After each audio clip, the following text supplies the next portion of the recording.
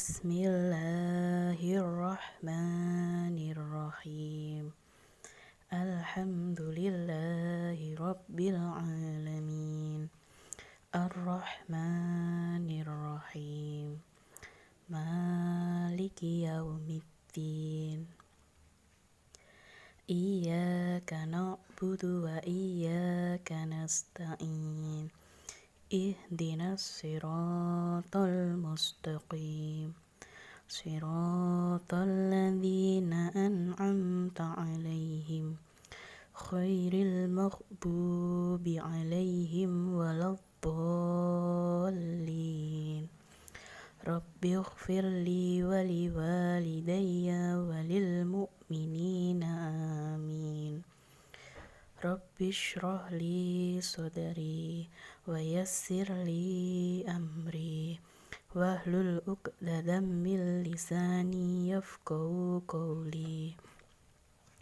Raditu billahi rabba wa bil islami dina wa bi Muhammadin nabiyya wa rasula.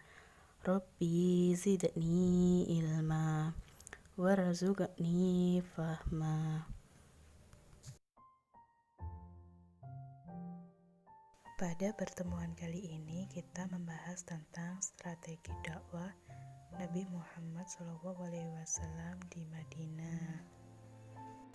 Untuk subbab yang akan kita bahas antara lain 1. Pengertian hijrah. 2. Langkah awal Rasulullah ketika di Madinah. 3. Peristiwa besar yang terjadi di Madinah. Ada yang masih ingat pengertian hijrah itu apa? Ya, bagus. Secara bahasa, hijrah adalah meninggalkan, menjauhkan diri, dan berpindah tempat.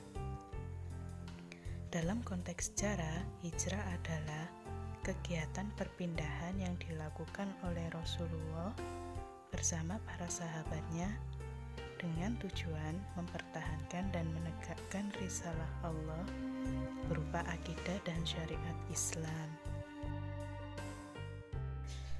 Ayo, ada yang tahu langkah awal yang dilakukan Rasulullah atau usaha apa sih yang dilakukan Rasulullah ketika di Madinah?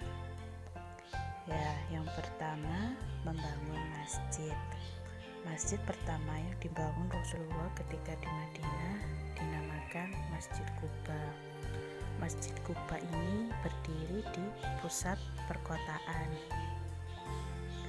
Fungsi masjid antara lain mengendalikan sistem pemerintahan, tempat tinggal Ahlus Sufa.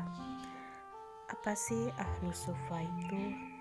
Ahlus Sufa yaitu orang-orang miskin atau sedang menuntut ilmu dan tinggal di masjid. Kemudian tempat ibadah, pusat kegiatan pendidikan dan pengajaran agama. Langkah selanjutnya yang dilakukan Rasulullah yaitu mempersaudarakan kaum muslim, di mana mempersaudarakan kaum muslim yang berasal dari Mekah atau kaum muhajirin dengan kaum muslimin berasal dari Madinah yaitu kaum Ansor.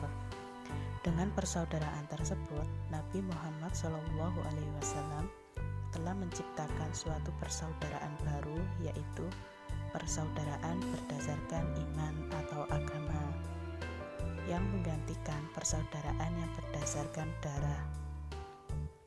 Dengan persaudaraan tersebut, umat akan bersatu dan tidak mudah tercerai-berai. Kemudian yang ketiga yaitu meletakkan aturan dasar hukum Islam sebagaimana yang kita ketahui yaitu adanya Piagam Madinah. Kemudian yang akan kita bahas yaitu peristiwa yang terjadi di Madinah. Pertama, Perang Badar. Perang Badar terjadi pada tanggal 17 Ramadan 2 Hijriah atau 8 Januari 624 Masehi. Sebab terjadinya perang ini yaitu kaum kafir mengusir kaum muslimin dari Mekah. Terjadinya perang ini di lembah Badar yang mana letaknya antara Mekah dan Madinah.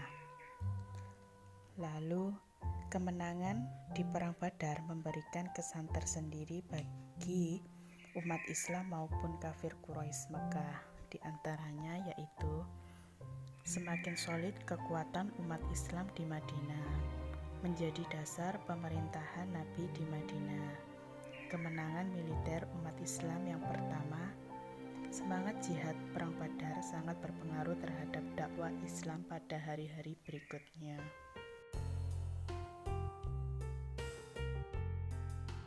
Yang kedua yaitu Perang Uhud. Perang Uhud terjadi pada bulan Ramadan tahun 3 Hijriah atau 625 Masehi. Sebab terjadinya perang ini yaitu kafir Quraisy ingin membalas kaum muslimin atas kekalahan dari perang Badar.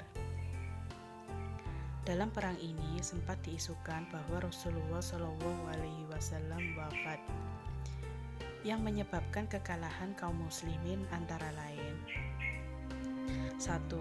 Adanya kaum munafik yang dipimpin oleh Abdullah bin Ubay yang mundur tidak mau berperang. Yang kedua, terjadinya perbedaan pendapat antara kaum tua dan kaum muda tentang tempat peperangan.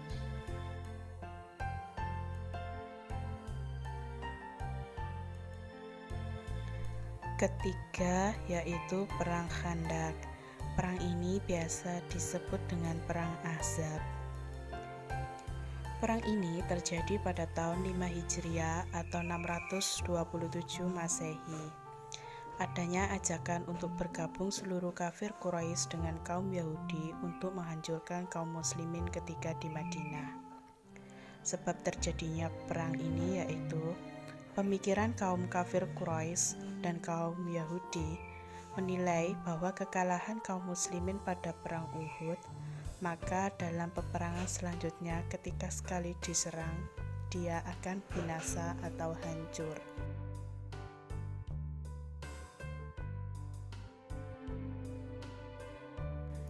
Yang keempat yaitu Perjanjian Hudaybiyah. Perjanjian ini terjadi pada tahun 6 Hijriah atau 628 Masehi. Sebab terjadinya perjanjian ini, Rasulullah rindu ingin pergi ke Mekah untuk melakukan ibadah haji, dan larangan kafir Quraisy terhadap muslimin untuk masuk ke Madinah. Isi perjanjian Hudaybiyah antara lain: 1. Kedua belah pihak sepakat mengadakan gencatan senjata selama 10 tahun. 2. Setiap orang diberi kebebasan bergabung dan mengadakan perjanjian dengan Muhammad atau dengan kaum Quraisy. Ketiga, setiap orang Quraisy yang menyeberang kepada Nabi Muhammad tanpa seizin walinya harus dikembalikan. Sedangkan jika pengikut Muhammad bergabung dengan Quraisy tidak dikembalikan. Yang keempat, pada tahun ini Muhammad harus kembali ke Madinah. Pada tahun berikutnya mereka diizinkan untuk menjalankan ibadah haji dengan syarat menetap selama 3 hari di Mekah dan tanpa membawa senjata. Kemudian yang kelima yaitu Fathul Mekah. Biasa disebut dengan penaklukan kota Mekah. Peristiwa ini terjadi pada 8 Hijriah atau 630 Masehi. Sebab terjadinya peristiwa ini yaitu adanya pelanggaran perjanjian Hudaybiyah oleh kafir Quraisy. Rasulullah SAW ingin menaklukkan Mekah tapi tidak ada perlawanan dari kafir Quraisy, sehingga Rasulullah menaklukkan dengan mudah. Yang terakhir yaitu Haji Wada, yang biasa disebut dengan Haji Pamitan.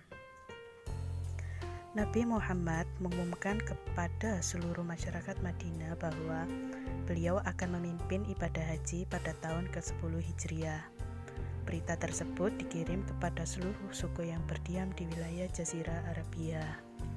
Pada tanggal 25 Dzulqa'dah, Rasulullah meninggalkan Madinah dan sekitar 100.000 jamaah turun menunaikan ibadah haji termasuk seluruh istrinya.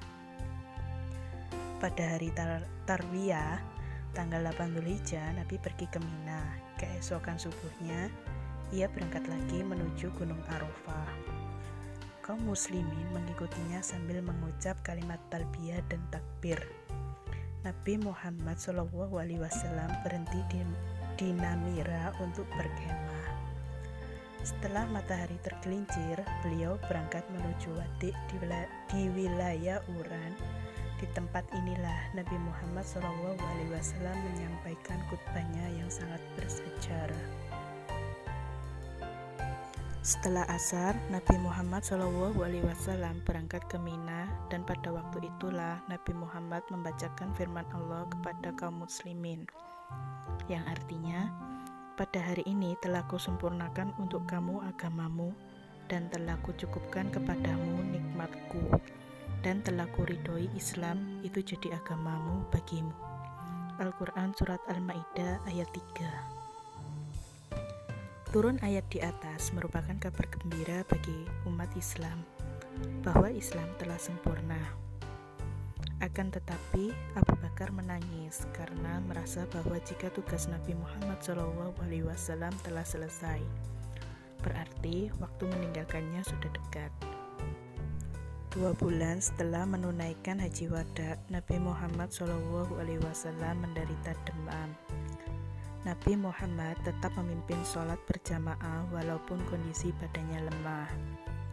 Ketika badannya sangat lemah, sekitar 3 hari menjelang wafatnya, Nabi Muhammad tidak bisa mengimami sholat berjamaah.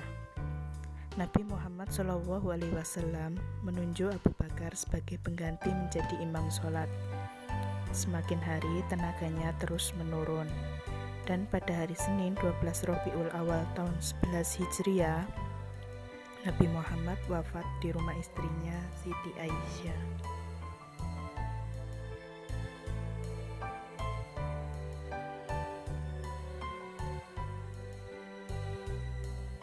Bismillahirrahmanirrahim. Wal asri innal insana lafi khusr illal ladzina amanu wa amilus solihati wa tawassaw bil haqqi wa tawassaw bis sabr. Subhanakallahumma wa bihamdika asyhadu an la ilaha illa anta astaghfiruka wa atubu ilaik.